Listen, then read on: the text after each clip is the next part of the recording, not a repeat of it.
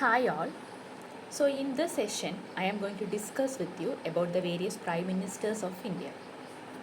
So as you all know, India got its independence in 1947.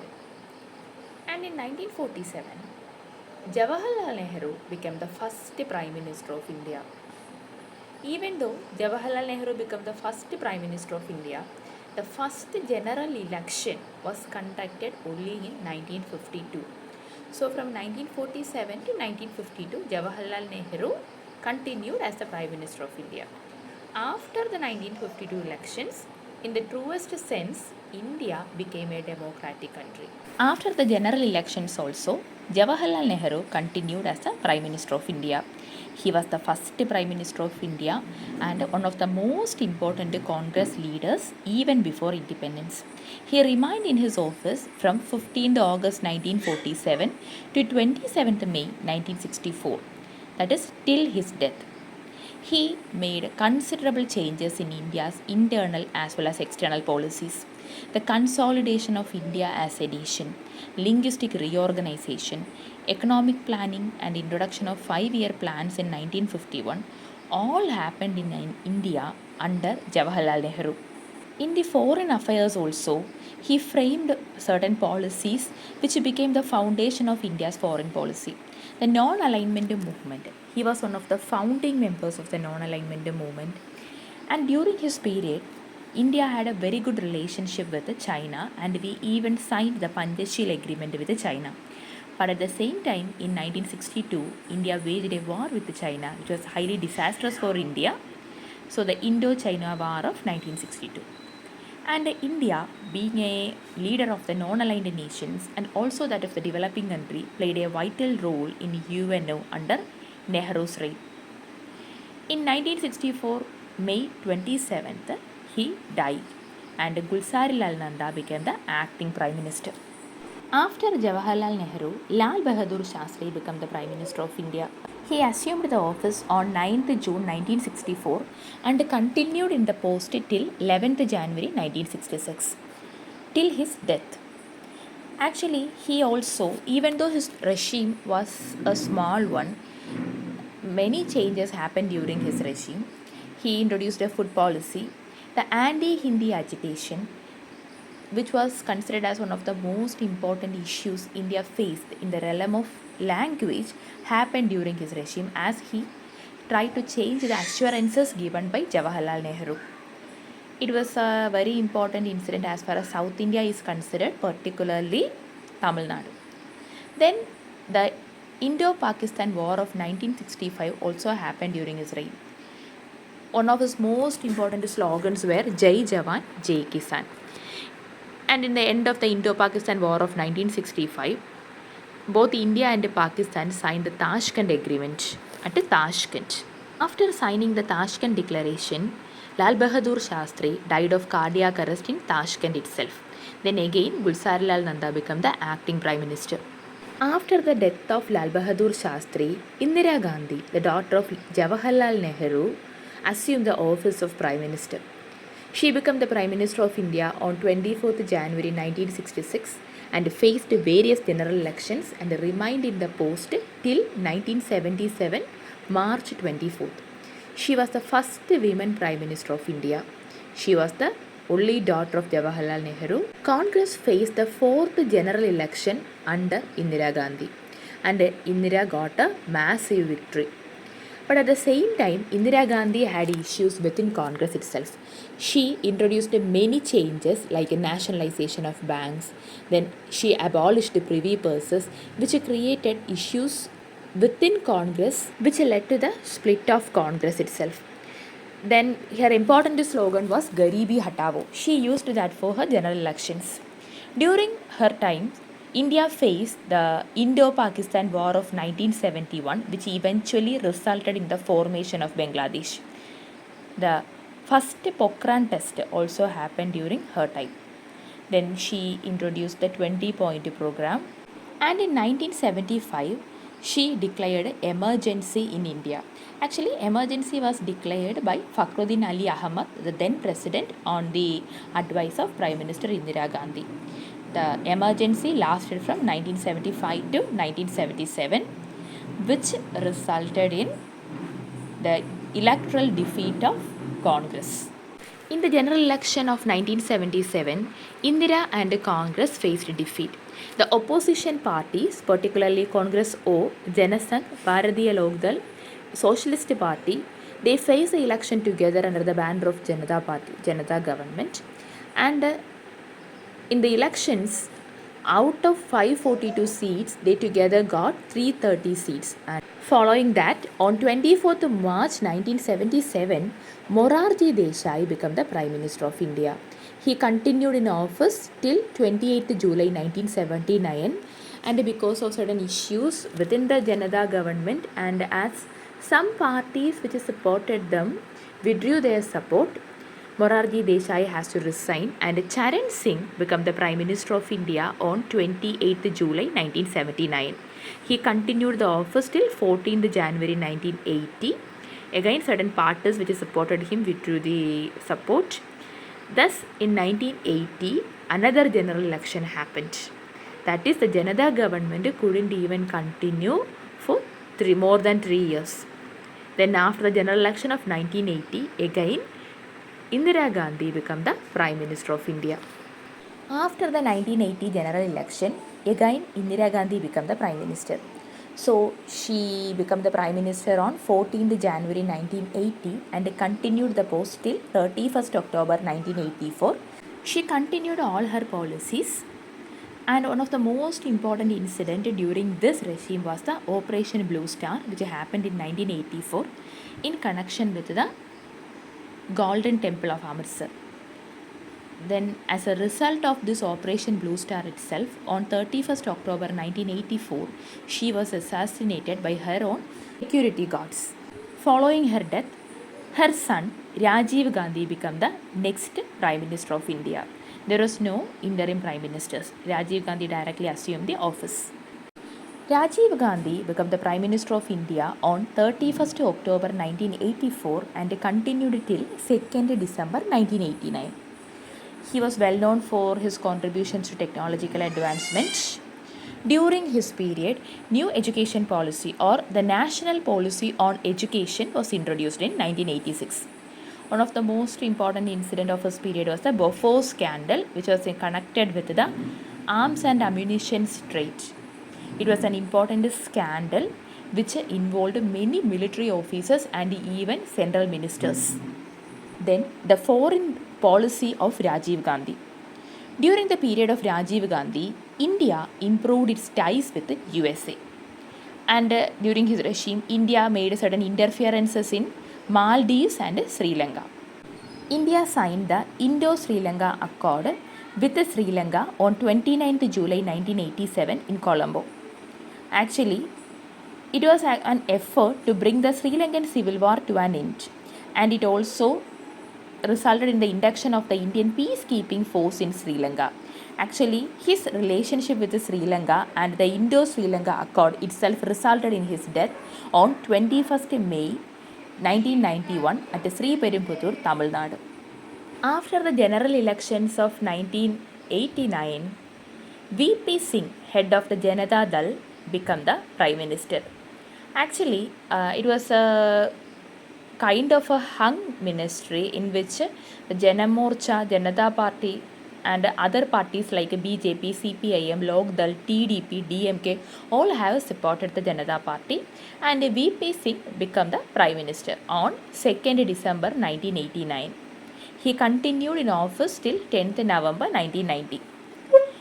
One of the most important reason for the fall of V.P. Singh government was that he supported Bihar's Chief Minister Lalu Prasad Yadav's step to arrest Advani in Samastipur to stop his Ram Rath Yatra, which was going to the Babari Masjid site in Ayodhya on 23rd October 1990. Because of this step, BJP withdrew its support, and that led to the fall of V.P. Singh government. And the implementation of Mandal Commission report also created some issues within. One of the most important aspect is that the Mandal Commission report, which was prepared 10 years ago, came into effect during the Prime Ministership of V.P. Singh only. he showed the courage to implement the Mandal Commission report. Then anyway, following this, the VP Singh government fell and they lost on a no confidence motion on 7th November 1990. Janata Dal, with the support of Congress I, on 10th November 1990 made Chandrasekhar the new Prime Minister. He remained in office till 21st June 1991 and he belonged to the Samajwadi Janata Party. In 1991, as the Congress I withdrew its support, he resigned. The next Prime Minister of India was P.V. Narasimha Rao. He became the Prime Minister on 21st June 1991 and remained in office till 16th May 1996. Actually, during this time also no majority was there, but INC formed the government. P.V. Narasimha Rao's period was a period in which more changes were introduced in the economic realm. Like the new economic policy was introduced. It includes economic liberalization, and the new economic policy was completely against the license Raj and red tapeism. During his period, the demolition of Babari Masjid occurred, that is on 6th December 1992. While analyzing the foreign policy of P.V. Narasimha Rao, he established good relations with Israel and the US, and his policy was mainly a lookist policy in which he tried to remain a good friendly relations with the eastern countries. Then after the next general election, Atal Bihari Vajpayee of BJP became the next Prime Minister, but he remained in office only for 16 days and it is considered as the shortest tenure of a Prime Minister. Even though BJP secured a maximum number of seats, they don't have a majority. They tried for the best and Vajpayee resigned on 1st June 1996. H.D. Devagowda, with the support of Congress and the CPIM, headed the United Front coalition and became the Prime Minister of India on 1st June 1996 and continued till 21st April 1997. Later, Congress and many other parties withdrew their support to H.D. Devagowda ministry, and because of a no confidence motion, the government fell. Even though Devagowda ministry lost its support, Minister of External Affairs in Devagowda Ministry, Inder Kumar Gujral, that is I.K. Gujral, with the support of Congress, became the leader of the coalition government and assumed the office of Prime Minister on 21st April 1997 and continued till 18th March 1998 till Congress withdrew its support. One of the most important aspects of I.K. Gujral's period was the Gujral Doctrine, which is connected with the foreign affairs. Actually, it was a 5-point roadmap to build trust with the neighbors. He tried to establish good relationship with India's neighbors. After the fall of I.K. Gujral ministry, again Atal Bihari Vajpayee became the Prime Minister of India on 18th March 1998. It was also a hung parliament. That is, not a single party had a majority. BJP, with the support of Telugu Desam Party, ruled India. And during this time, the Kargil war happened, that is in 1998. Again, AIDMK, one of the supporters of BJP, withdrew its support, and on 17th April 1999, the government fell. And in 1999, the next general elections happened, and as on the outbreak of all these happenings, BJP won majority seats and continued its ruling. That is, Atal Bihari Vajpayee as the Prime Minister of India continued from 18th March 1998 to 22nd May 2004. His government was the first non-Congress government to complete a full term. During the rule of Atal Bihari Vajpayee and BJP, numerous terrorist attacks happened in India, and there were numerous issues or controversies, including that of the saffronization of education, in which the historians and scholars argued that the BJP tried to establish their ideologies in the realm of education, particularly in the curricula of history.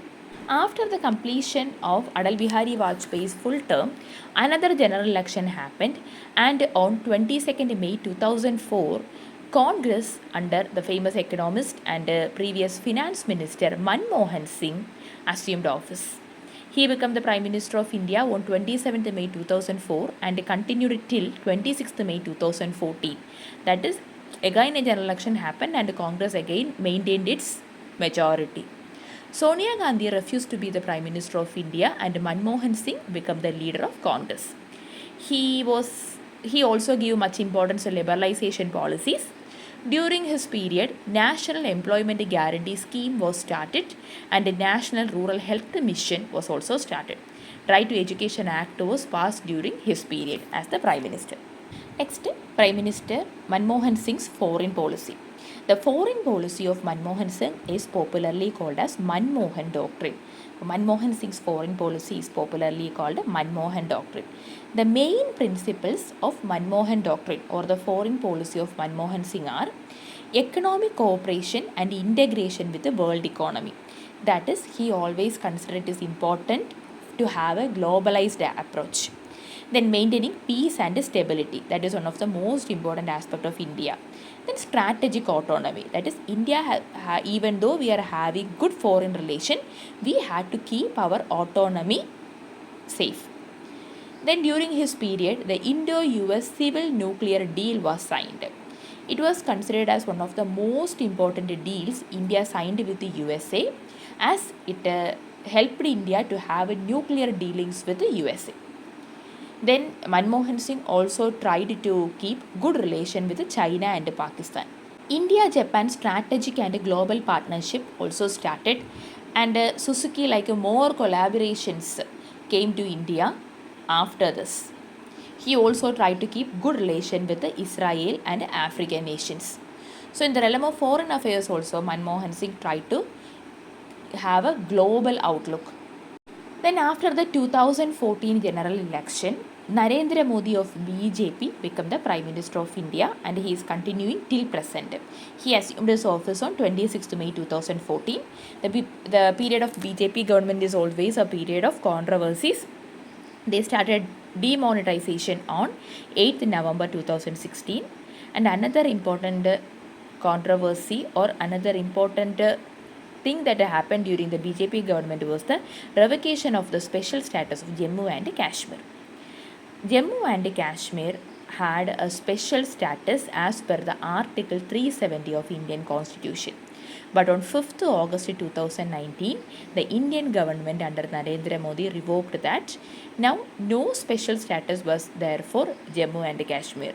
Now, Jammu and Kashmir and Ladakh were union territories of India. So this is all about the Prime Ministers of India. So the first Prime Minister of India was Jawaharlal Nehru.